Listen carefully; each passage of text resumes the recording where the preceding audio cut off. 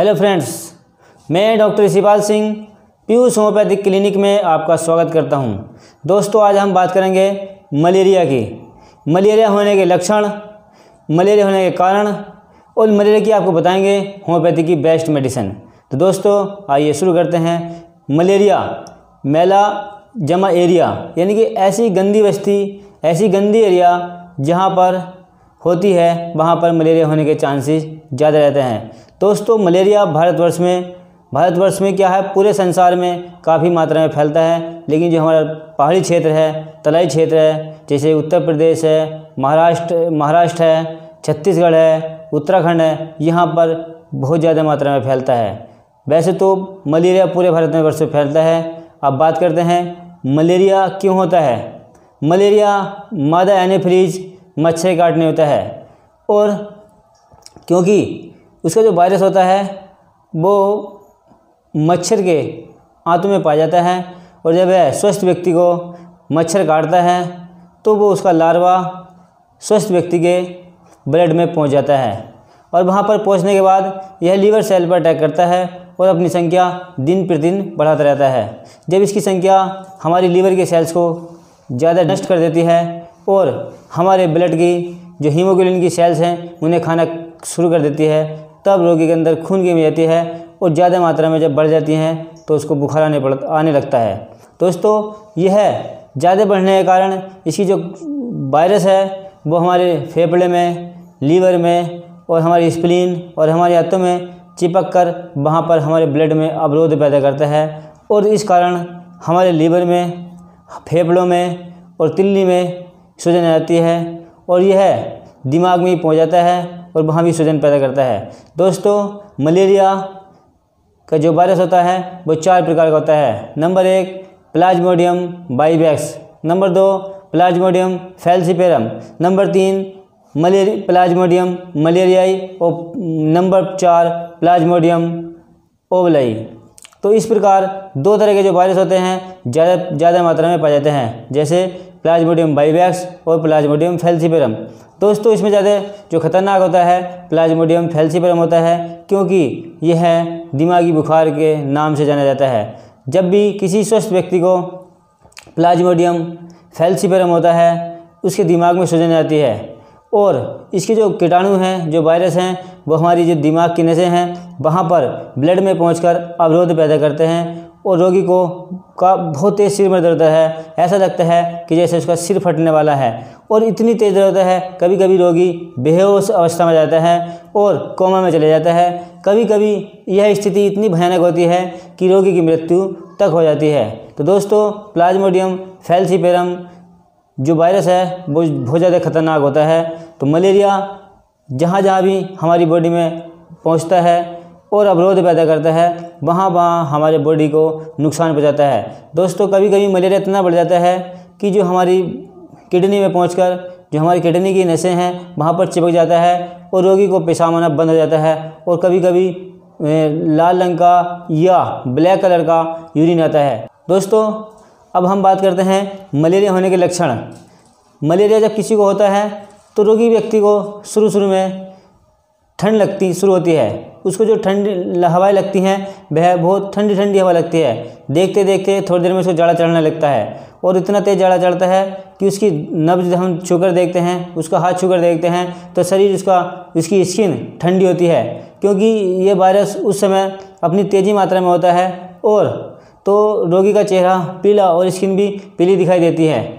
जैसे जैसे बुखार बढ़ता रहता है, क्योंकि इस पहली अवस्था में रोगी को बुखार आता है 100 से 101 तक बुखार हो सकता है, लेकिन जैसे इसकी दूसरी अवस्था आती है रोगी को बुखार धीरे धीरे चढ़ने लगता है, और जब बुखार चढ़ता है तो बुखार 103, 104 तक हो जाता है। ऐसी अवस्था में रोगी का चेहरा लाल हो जाता है, स्किन लाल हो जाती है, और उसको प्यास लगती है, और बाद में जब तीसरी अवस्था आती है रोगी को बहुत ज़्यादा पसीना आता है, जब रोगी को पसीना आता है उसके शरीर में ऐसा लगता है कि बहुत ज़्यादा गर्मी हो रही है, उसके शरीर में सिर में दर्द होता है, उसके हाथों पैर में दर्द होता है, उसको उस टाइम कप कभी चढ़नी बंद हो जाती है, ठंड लगनी बंद जाती है, उसको पसीना आता है। ऐसा पसीना उसको 2-3 घंटे में आ सकता है। उसके बाद यह बुखार उतरता है और रोगी बुखार उतरने के बाद अपने आप को स्वस्थ महसूस करने लगता है। लेकिन ये बुखार उस समय भी ख़त्म नहीं होता है।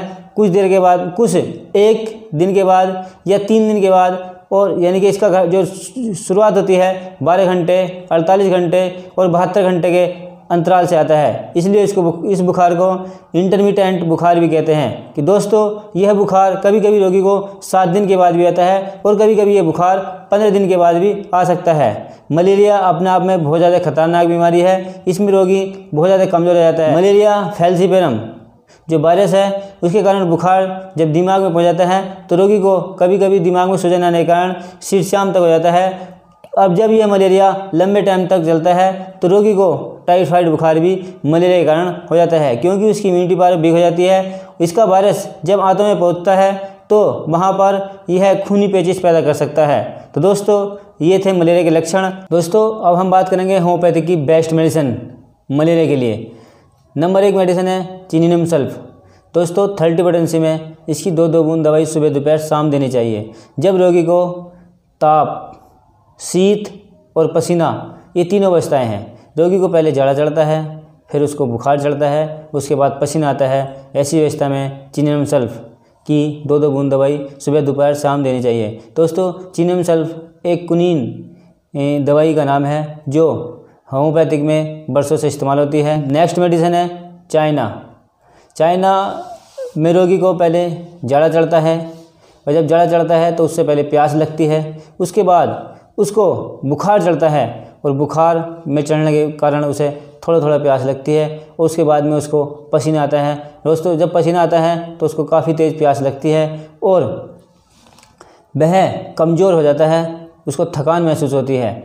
और दोस्तों जब किसी व्यक्ति को जाड़ा चढ़ता है तो चाइना का जो जाड़ा है वो उसको रात में नहीं चढ़ता, हमेशा दिन में चढ़ता है। और जिस व्यक्ति को 3रे दिन, 7वें दिन, 14वें दिन जाड़ा चढ़ता हो उसको चाइना 30 अवश्य देनी चाहिए। चाइना 30 की 2-2 बूंद दवाई सुबह दोपहर शाम देनी चाहिए। नेक्स्ट मेडिसिन के बारे में बात करेंगे जिसका नाम है यूपेटोरियम। यूपेटोरियम में जाड़ा चढ़ता है लेकिन उसके पूरे शरीर में काफ़ी तेज़ दर्द होता है।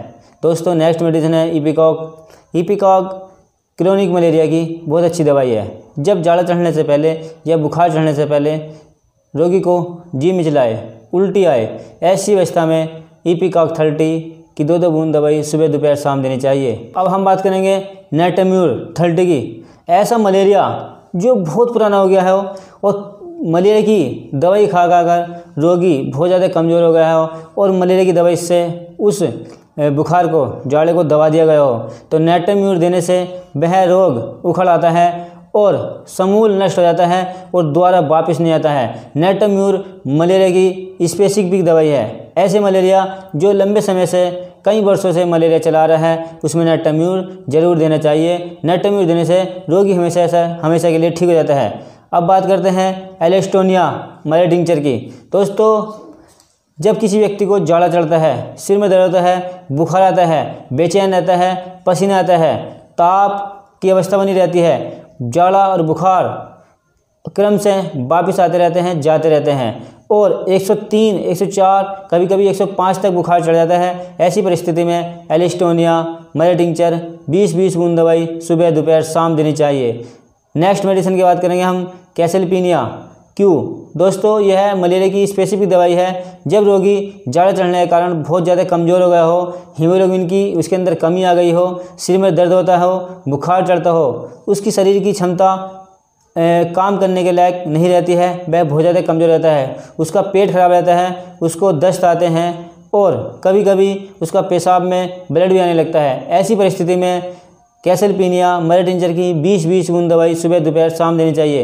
दोस्तों एलेस्टोनिया और कैसेलपीनिया हम पिछले 20 वर्षों से होम्योपैथिक में अपनी क्लिनिक में काफ़ी मात्रा में इस्तेमाल कर रहे हैं और रोगी को हमारी एलिस्टोनिया और कैसेलपिनिया देने से 2-3 खुराक के बाद जाड़ा चढ़ना बंद हो जाता है।